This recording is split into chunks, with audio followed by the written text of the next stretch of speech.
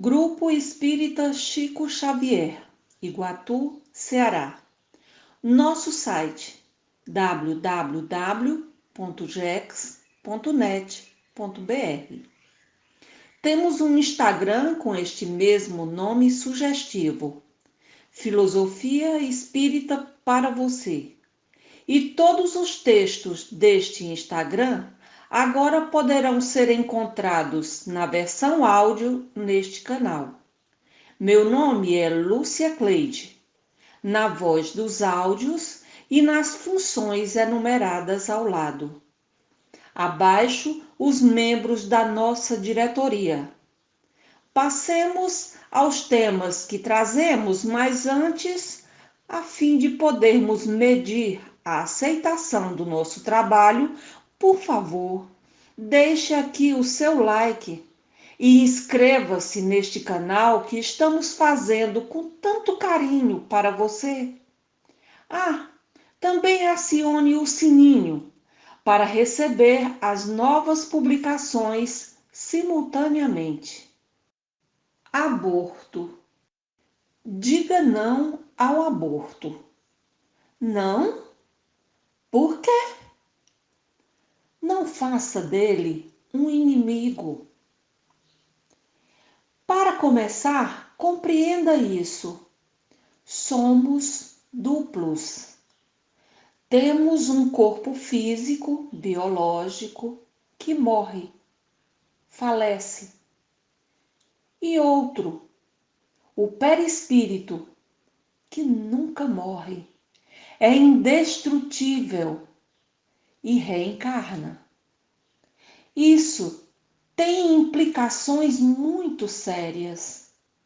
Vamos conhecer? Os defensores em geral do aborto alegam o direito feminino de decidirem como lhe convier sobre o corpo que lhe pertence. Também concordaríamos se a questão se limitasse apenas a este detalhe da questão: uma mulher e seu corpo. Apresentamos no vídeo número 14 desta série o título Perispírito Ilustre Desconhecido. Nele, mostramos que há um enorme desconhecimento de que portamos dois corpos, um físico e descartável e outro extrafísico, o perispírito ou corpo espiritual, que não é descartável, tem duração eterna e desencarna quando o corpo físico falece e reencarna posteriormente. É tão importante o perispírito. É nele, no perispírito, que se acumulam as memórias de todas as vidas passadas de cada espírito, de cada um de nós, portanto.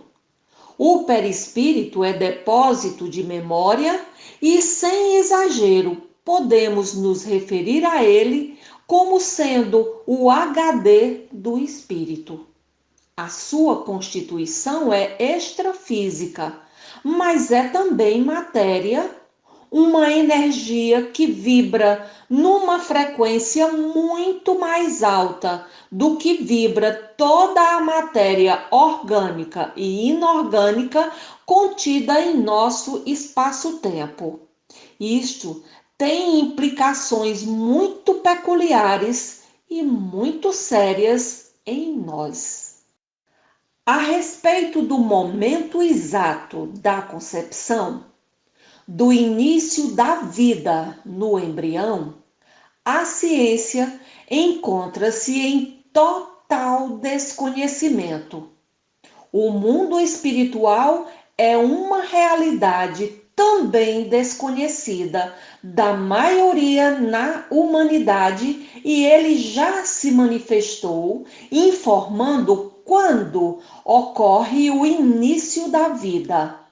O início da vida em todos os seres vivos dá-se no exato instante da concepção. É de perguntar-se: quando esse mundo espiritual se manifestou e forneceu à humanidade tais informações. Em 1857, em Paris, no lançamento da primeira edição de O Livro dos Espíritos. O Livro dos Espíritos concentra uma filosofia espiritualista por excelência, porque responde inteiramente a todas as buscas de conhecimentos transcendentais de todas as consagradas filosofias do mundo físico em todos os tempos, desde a Grécia Antiga até a atualidade. Quem somos? Somos espíritos imortais e reencarnamos sucessivas vezes. De onde viemos? Do mundo espiritual, o mundo de onde se origina a vida. Para onde vamos após a morte física?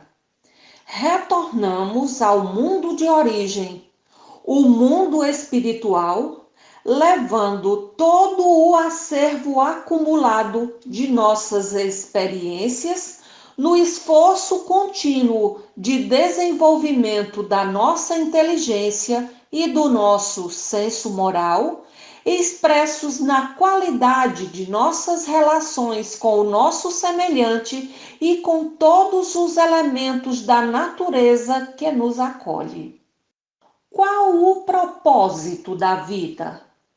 Promovermos a nossa evolução moral e intelectual por via das encarnações sucessivas até atingirmos a perfeição espiritual que finaliza o ciclo das reencarnações.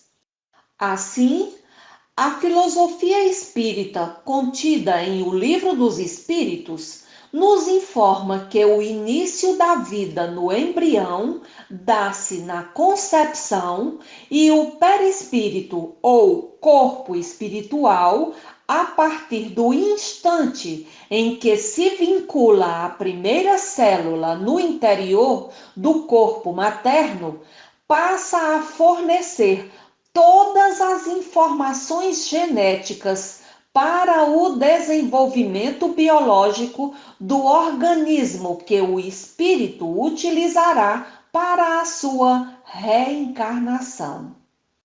Percebem que o corpo em formação pertence ao espírito que vai reencarnar e não à mãe? Totalmente de acordo com o Livro dos Espíritos, são as cogitações do biólogo inglês Rupert Sheldrake neste seu questionamento. Abre aspas.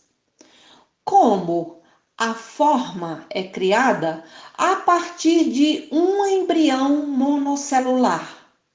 Uma célula faz mais de si mesma, reproduz fazendo réplicas exatas de si mesma. Células absolutamente iguais com o mesmo DNA. Como uma célula do fígado de um corpo desenvolvido, por exemplo, se comporta tão diferente da célula do cérebro. Como células pertencentes a órgãos diferentes se diferenciam. O que dá senso de localização às células num corpo, determinando a construção de órgãos e membros específicos. Fecha aspas.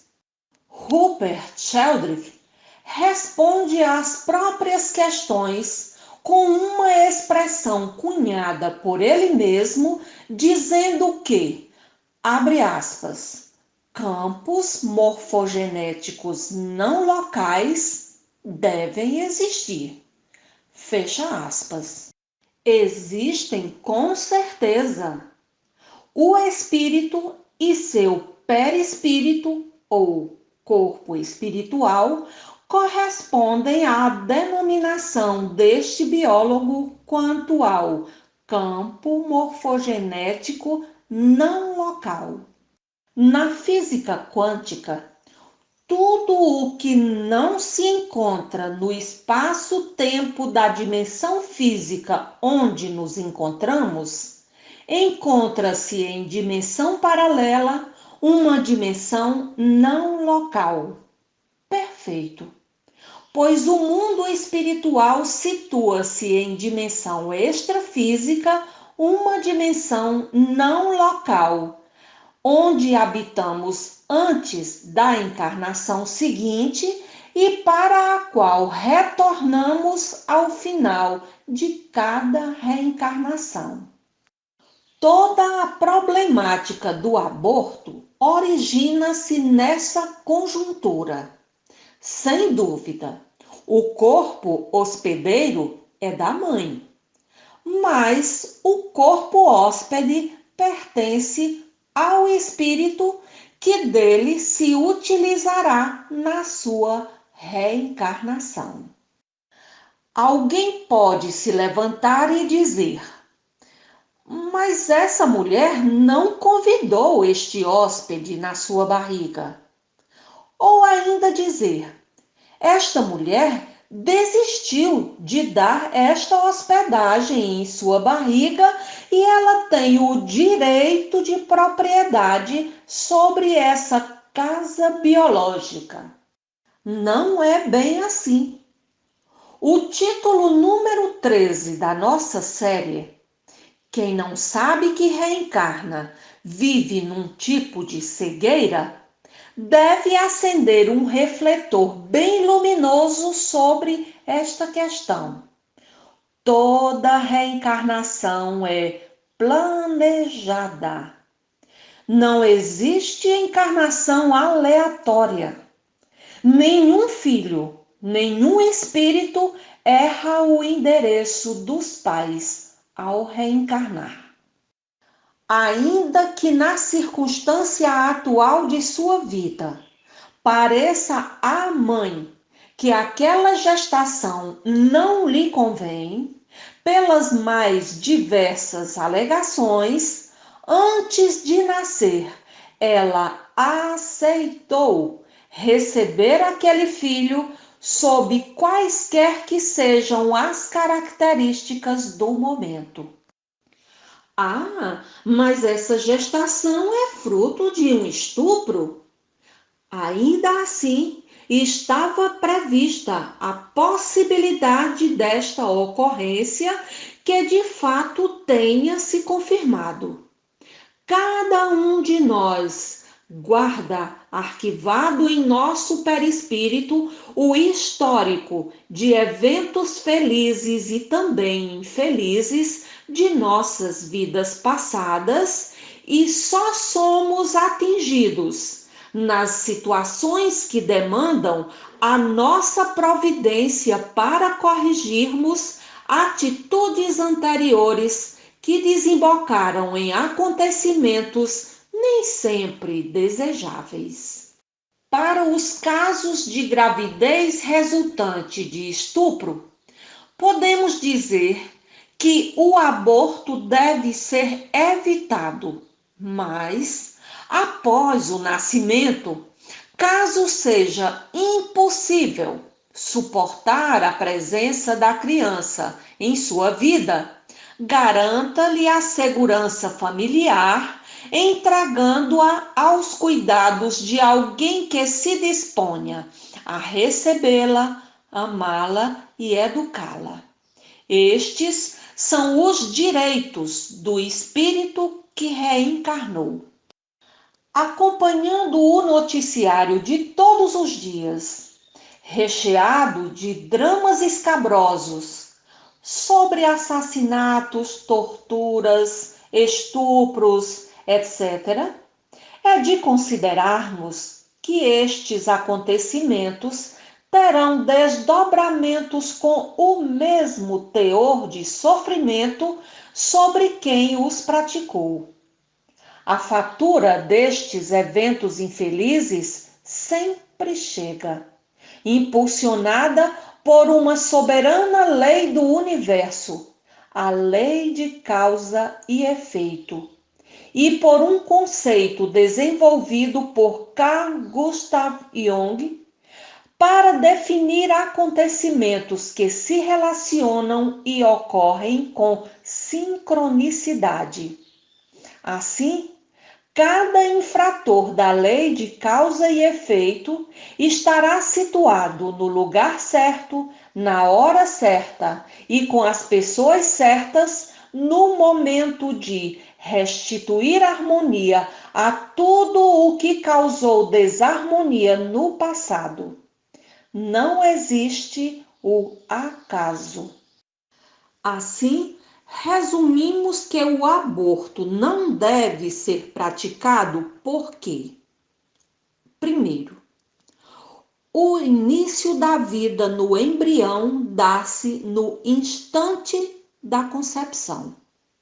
2. O desconsiderado perispírito é o campo ou modelo organizador biológico, pois nele se encontra a matriz genética do ser, do espírito, que reencarnará no corpo biológico em formação. 3. Um espírito vai reencarnar e ele não é uma coisa, ele é alguém. Alguém com um passado de muitas vidas, de muitas reencarnações, portanto, alguém com uma personalidade, com um caráter, com uma inteligência e um conjunto de valores que acumulou ao longo de muitas idas e vindas entre dois mundos, o mundo espiritual e o mundo material. 4. Desde o instante da concepção até a desencarnação, a morte do corpo físico, em existência curta, média ou que siga até a velhice mais avançada, perispírito e corpo biológico estarão ligados célula a célula. Ou seja, cada célula, cada gene no perispírito tem o seu idêntico no corpo biológico exatamente nesta ordem, porque o perispírito é corpo pré-existente ao corpo biológico. O perispírito, ou corpo espiritual, já existia antes de existir o corpo físico que lhe serve para a vida material. Agora examinemos o estado emocional do espírito abortado. Duas possibilidades a considerar. Primeiro, se o espírito, pessoa desencarnada, for alguém de personalidade conciliável, serena, capaz de perdoar a agressão sofrida, este é o quadro ideal para a relação futura entre ele e aqueles que seriam seus pais, porque se reencontrarão no futuro, quando a mãe e outros responsáveis pelo aborto se reencontrarão na vida espiritual. Segundo, se o espírito, pessoa desencarnada, ao contrário, for alguém de personalidade rancorosa e vingativa, incapaz de perdoar a agressão, a mulher que negou a este espírito o direito de nascer poderá sofrer dele contínuo ataque emocional sobre a sua mente, levando-a a lastimável estado de depressão, com possibilidade até de indução ao suicídio. Além disso, por um tempo variável, quando o perispírito ou corpo espiritual da mulher desprender-se do seu corpo físico por efeito natural do sono, ela vai deparar-se com o espírito revoltado e violento ao seu lado, sujeitando-se a maus tratos verbais e agressões ao seu perispírito ou corpo espiritual, que serão uma realidade narrada nos dias seguintes como pesadelos absurdos de noites mal dormidas. Qual agressão foi imposta ao espírito e ele se encontra incapacitado de perdoar? Durante o procedimento do aborto, o espírito sentiu, com toda a realidade imaginável, todas as dores de ser violentamente esquartejado. Que cada um pense se é fácil perdoar tal crueldade a um ser vivo e consciente do que estão fazendo consigo. O aborto é uma questão de mais difícil solução do que possa parecer, arrastando-se por mais de uma encarnação, porque os personagens se reunirão numa outra encarnação. O mesmo espírito abortado, nascendo no futuro, filho da mesma mulher que o rejeitou no passado, pode apresentar reações diversas. Se conseguiu perdoar aquela mulher, serão uma dupla de mãe e filho com boa convivência. Se a mágoa ainda persistir, terão um relacionamento tumultuado, agressivo, sem razão aparente que explique o fato.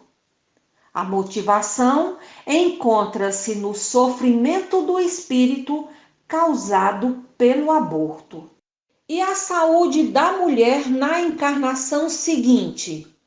Também comprometida, em face da sensibilidade do perispírito da mulher, que tudo registrou na memória, impressa na espiral do DNA, com forte potencial de manifestação. O impacto da ação do aborto sobre todos os órgãos da reprodução imprime na área correspondente do perispírito vibrações de desarmonia, de desequilíbrio das funções, gerando graves enfermidades ginecológicas que emergirão no próximo corpo biológico formado pelo perispírito seriamente afetado. Antes que este quadro se confirme, compromissos assumidos no planejamento da encarnação seguinte podem atenuar o grau de sofrimento físico nas enfermidades num processo educativo do espírito em evolução. Cada caso tem suas particularidades. E nos homens, não respinga nada? Ah, respinga sim. Até em outros envolvidos no evento respinga. Mas este episódio da nossa série se alongaria demais se eu abordasse até o último aspecto do aborto. Fiquemos por aqui e numa próxima oportunidade ampliaremos as explicações.